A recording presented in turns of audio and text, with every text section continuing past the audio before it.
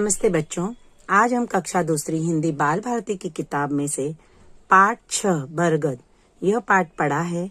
इसका स्वाध्याय हल करेंगे। तो बच्चों देखते हैं हम इसके स्वाध्याय में पहला प्रश्न कौन सा है। तो बच्चों इसके स्वाध्याय में पहला प्रश्न है सुनो और समझो। मतलब आपको यहाँ पर कुछ शब्द दिए गए हैं, उन्हें सुनना है और समझना है कि वो क्या है। ठीक है, तो मैं शुरू करती हूँ। पहला है नीम, बबूल, पलाश, जामुन, नारियल, सुपारी, कदम्ब, बादाम, पीपल, गुलमोहर, अशोक, इमली, तुलसी, मोगरा, अडुलसा।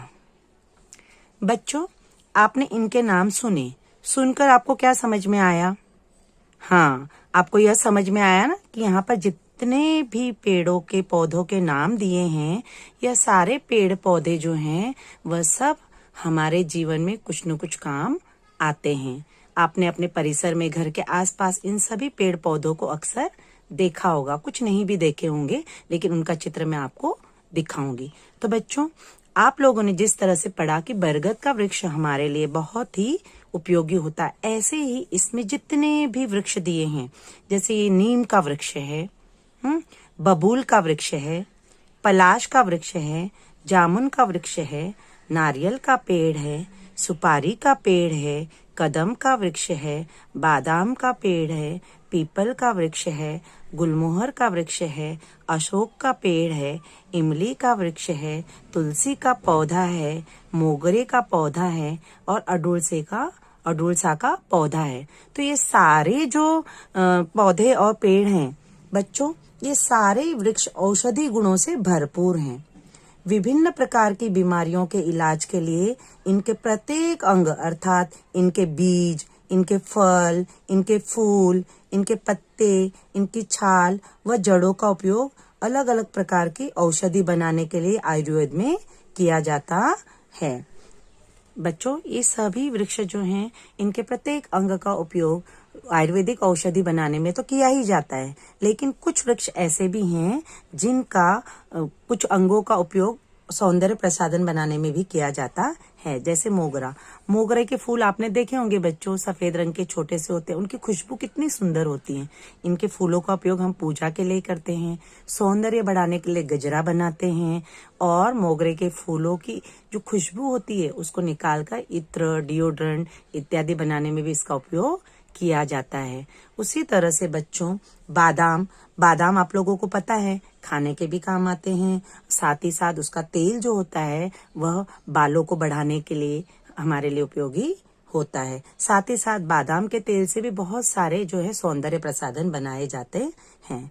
तो बच्चों इनमें से जितने भी वृक्ष हैं, ये सभी वृक्ष हमारे जीवन में बहुत ही उपयोगी हैं। तो ये सारे वृक्षों को हम उपयोगी वृक्षों की श्रेणी में रखते हैं। तो हमें क्या करना चाहिए? इनका रोपण करना चाहिए, इन्हें लगाना चाहिए और उनका रक्षण भी करना चाहिए। उन्हें बड़ा होने के लिए हमें उनकी सहायता करनी चाहिए, ताकि इनके विविध अंगों का उपयोग करके विविध प्रकार की औषधि बनाई जाए और हमारे शरीर में जो भी रोग हैं, अलग अलग तरह के खांसी, सर्दी, पित्त, कफ, त्वचा संबंधी रोग, पेट के कीड़ों संबंधी रोग, ये सब जो होते हैं इनके लिए इन चीजों से औषधि बनाई जाए। साथ ही साथ कुछ पौधे तो ऐसे हैं बच्चों जो अपने घर में भी लगा सकते हो गमले में, जैसे तुलसी है, मोगरा है, ये छोटे छोटे पौधे होते हैं, इनको आप अपने घर में भी लगा सकते हो।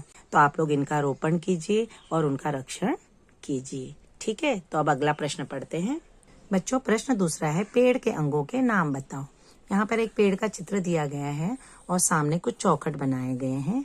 उन चौखटों में उन चौखटों के सामने जिस चीज पर तीर का निशान बनाया है उसका नाम आपको उस चौखट में लिखना है। ठीक है, तो चलो शुरू करते हैं। सबसे पहला यहाँ पर देखो, यह तीर का निशान इन पत्तियों पर है। ये क्या है? पेड़ की पत्तियां। तो यहाँ पर हम लिखेंगे पत्ता। क्या दिखा रहा है? यह पत्ता। हाँ, तो इस तरह से यहाँ पर हम लिखेंगे पत्ता।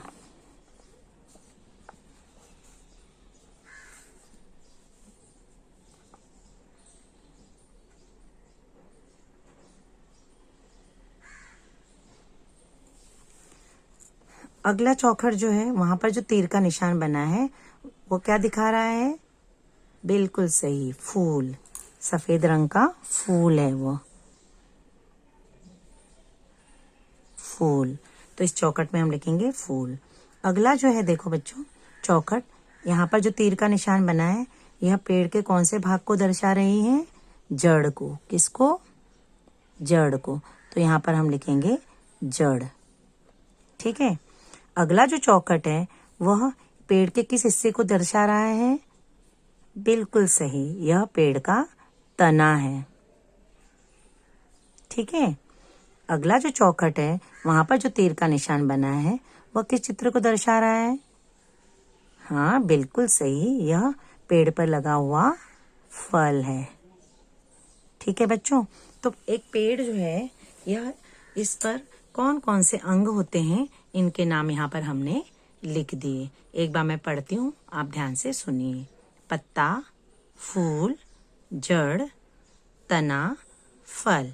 जो जड़ होती है यह जमीन के अंदर होती है ना, लेकिन चित्र में यह आपको दिखाई गई है। तो यह पेड़ के अंगों के नाम है।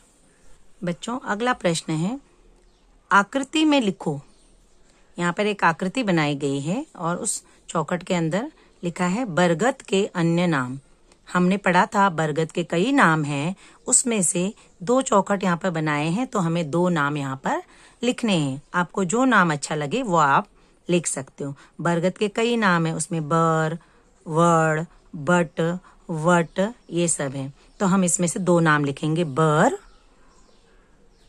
बर और वड़, वड़। ठीक है। इस तरह से बरगद के 2 नाम हमने लिख दिए। बच्चों अगला प्रश्न है चौथा, पेड़ का महत्व पढ़ो। आप लोगों को पेड़ के महत्व के बारे में मालूम है, लेकिन कहीं पर भी किसी भी किताब में, अखबार में आपको पेड़ का महत्व पढ़ने के लिए मिले तो उसे पढ़िएगा। पेड़ हमारे जीवन में बहुत ही महत्वपूर्ण है ना। तो पेड़ों का और क्या क्या महत्व होता है, वो हमारे क्या क्या काम आते हैं, उन्हें हमें क्यों बढ़ाना चाहिए, वृक्षारोपण क्यों करना चाहिए, यह सब बातें आप लोग जहाँ कहीं पर भी पढ़ने मिले उसके बारे में आप लोग पढ़िएगा। अगला प्रश्न है, किसी भी पेड़ से संबंधित 2 पंक्तियां सुनाओ और लिखो। सुनाओ और लिखो।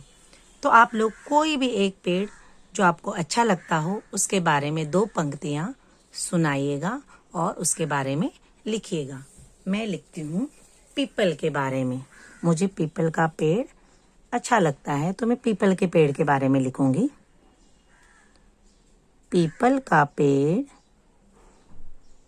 पीपल का वृक्ष विशाल होता है, वो बहुत ही बड़ा घना होता है। ये हो गया एक पंक्ति, पीपल का वृक्ष विशाल है।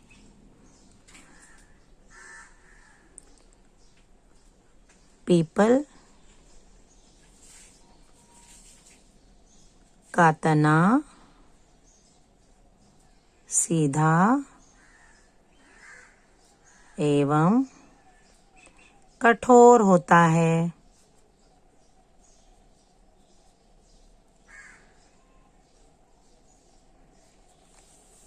है ना। इस तरह से मैंने पीपल के बारे में 2 पंक्तियां लिखी। पीपल का वृक्ष विशाल है, पीपल का तना सीधा एवं कठोर होता है। तो इसी तरह से बच्चों आप लोग भी किसी भी पेड़ के बारे में 2 पंक्तियां सुनाइए और लिखिएगा। ठीक है। नीचे 2 बच्चे आपस में बात कर रहे हैं। एक बच्चा दूसरे बच्चे से पूछ रहा है, तुमने कौन सा पौधा लगाया है? तो दूसरी लड़की पूछ रही है, पेड़ जरूरी क्यों है? तो आप लोग भी अपने दोस्तों के साथ इस तरह से फोन पर बातें कर सकते हो, आपस में बातें कर सकते हो और पूछ सकते हो कि तुमने कौन सा पौधा लगाया, मैंने यह पौधा लगाया, और पेड़ क्यों जरूरी है, वृक्षारोपण क्यों करना चाहिए, पौधे लगाने से हमें क्या फायदा होता है, यह अपने दोस्तों के साथ आपस में चर्चा भी कीजिए। ठीक है।